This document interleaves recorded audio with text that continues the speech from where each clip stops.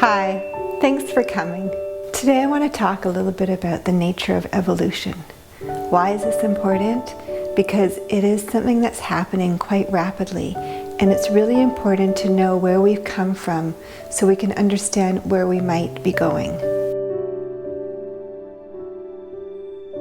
So there have been many documents over the ages, thousands of years actually, that have been able to understand and track how much we've changed. For example, the shapes of our heads have changed tremendously. Why is that? Because back in the days, like the caveman days, people's teeth were perfect.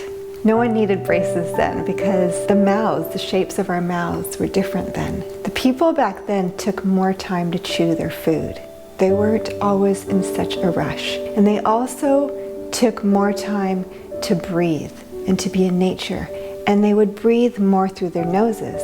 It's so important to breathe through our noses. That's one of the things that we need to understand in order to move forward, to maintain a healthy nervous system, to be able to get a consistent sleep at night, and to be able to kind of flush our blood out of free radicals and cleanse our cells. Nowadays, most people need braces or think they need braces because their teeth are crooked. And that's just because the mouth is getting smaller. There are more people suffering from snoring and sleep apnea and respiratory disorders because they're breathing more through their mouths. So in many of the meditations that I'll do with you, it's about breathing through our nose mostly. It's taught through the ages more relaxed. A long time ago, people moved slower. Of course, it was a different time. We didn't have cars. Now we have automatic cars that can drive themselves. Still, it's important to take what we can learn from our past and adapt it to our well-being for the future. People hundreds of years ago knew they had the resources that they needed, and they had more of an emotional capability to maintain structure. Nowadays, people forget that they have those capabilities and resources. And what happens is there's a mental disconnect, so that's where the mental health breaks down and people go into more despair, depression, anxiety and worry, and then to the point where we have that breakdown or we start creating symptoms of not being well, and our mental health continues to spiral downward. But the truth is that we really have more capabilities and resources more than ever, and they keep showing up in every direction. But we just need to learn how to maybe start with our breath, to control our breath, so that we can understand how we can best expand our lives. The first is family. You have family around you to support you. The second is faith. You believe in something that's higher or bigger than yourself. The third is community. You have a community that you can serve. The fourth is diet. You're eating really well, you're eating from the land, you're not eating processed foods. The fifth is environment. The environment that you are in is mostly nature. A lot of people are falling in love with the persona that someone has, and not with the self, that sense of integrity, the virtues of integrity. We're putting faith in the personality of a person rather than the self, the actual being of that person. Being an example of living a life of service or a life of joy through faith. So a lot of people just put on the act, it's like, hey, do this, do that, let's go out and change your life because this is going to happen for you, and there's this personality that comes through that isn't really authentic, because generally that personality is trying to maybe trick you into falling in love with them or trusting them. But what happens is that people soon start to realize that there's still that emptiness within them. You have to put your faith in yourself. And if you want to follow a teacher or you're inspired by someone, be sure that they are also being an example of themselves for the good of you, really for your best interest. How do we maintain good mental health? in this time?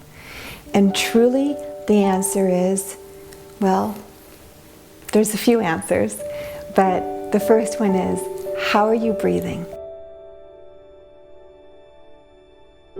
Are you breathing long and deeply, at least 5 seconds on your inhale, and 5 seconds on your exhale through your nose? Practice that. If you can practice that more and more every day, as much as possible, you will find your nervous system will calm and you'll be able to make better decisions, and you'll start to feel more of the joy in your heart.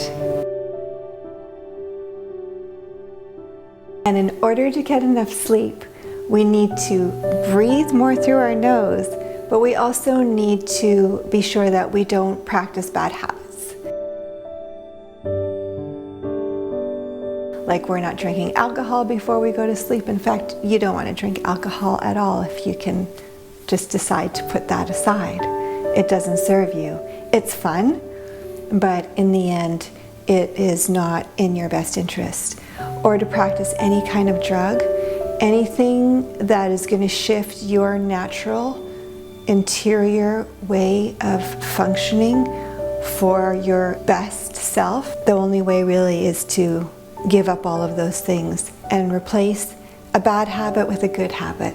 So instead of smoking that joint, go for a jog. Instead of having that glass of wine, take up kombucha and try different flavors. Whatever it is, whatever it takes. You want to have a great diet. Everyone's diet is different, and we know that many people are trying to eat less meat, and that's really good. But there are some people that need to eat meat, and a lot of it has to do with your blood type. Generally, it's going to dictate what type of diet you need to have. But the main thing is to keep your diet clean and to not overindulge. Being aware of the superfoods that are out there, being aware of drinking lots of water during the day, and having lots of fruits and vegetables, maybe not too much fruit because of the sugar. But I know there's a lot to remember, but diet is key to good mental health. Meditation. This is something that I can help you with. We can do lots of meditations, lots of guided meditations. And there's a ton of meditations out there. Everywhere you look, you can tune in to many amazing meditations. But the main thing is that you do meditate. Even if it's for 3 minutes a day, it's going to make the biggest difference. Journaling. I like to journal after I meditate. I always have a pad and a pen handy so that as soon as I come out of the meditation, well, of course, I just take a little bit more time to feel the gratitude. I then will just allow whatever to come out on paper. And wow, it's amazing. I'm actually writing a whole book because I don't even think I'm writing it. It's just being channeled through me. There's a lot of truth about yourself and about the world and life that will be revealed through your journaling. And it's really good for your mental health. When my children are stuck, sometimes when they're feeling very emotional, especially my son, and sometimes he doesn't know how to express himself. He's 11 years old. I will just give him the pen and paper and he will start journaling. Not even 5 minutes later, he'll put it down and he will allow me to read it most of the time because it's a great way to communicate and that's non-intrusive. He will feel better immediately. He will understand what it was that was keeping him stuck and he will be able to get back into his happy place. So that's the same for us. If we can do a little journaling, that's great. Of course, exercise. Getting those endorphins going and up and getting out and jogging or doing push-ups and sit-ups or swimming or surfing or hiking, climbing, whatever it is that you love to do that's going to get you out and active, just do it. But realize this, in this lifetime, you'll never get it done. In fact, in any lifetime, you'll never get it done. Everything that's coming through you, all of these creatives, all the contrasts in the world, they're here for the evolution of your soul. That's all that matters. Your soul has chosen to come back in a specific body with specific environmental contrasts and conditions and with specific people, and you are meant to maintain a connection to spirit or a connection to your inner heart, that joy or that self inside. Maintain that connection while you are moving through your life. Now, of course, it's hard. No one can really do that. We're emotional beings, we're human beings. Maybe that's what those people knew from centuries ago, to allow their soul to move through the journey of life. We're not meant to prove anything to anybody or to make history in any way. We're just here to do the best that we can do as a member of humanity. And being a member of humanity means operating in a system that's built on love, compassion, creativity, respect, patience, understanding, appreciation, all of those great things. That's what we need to aim for.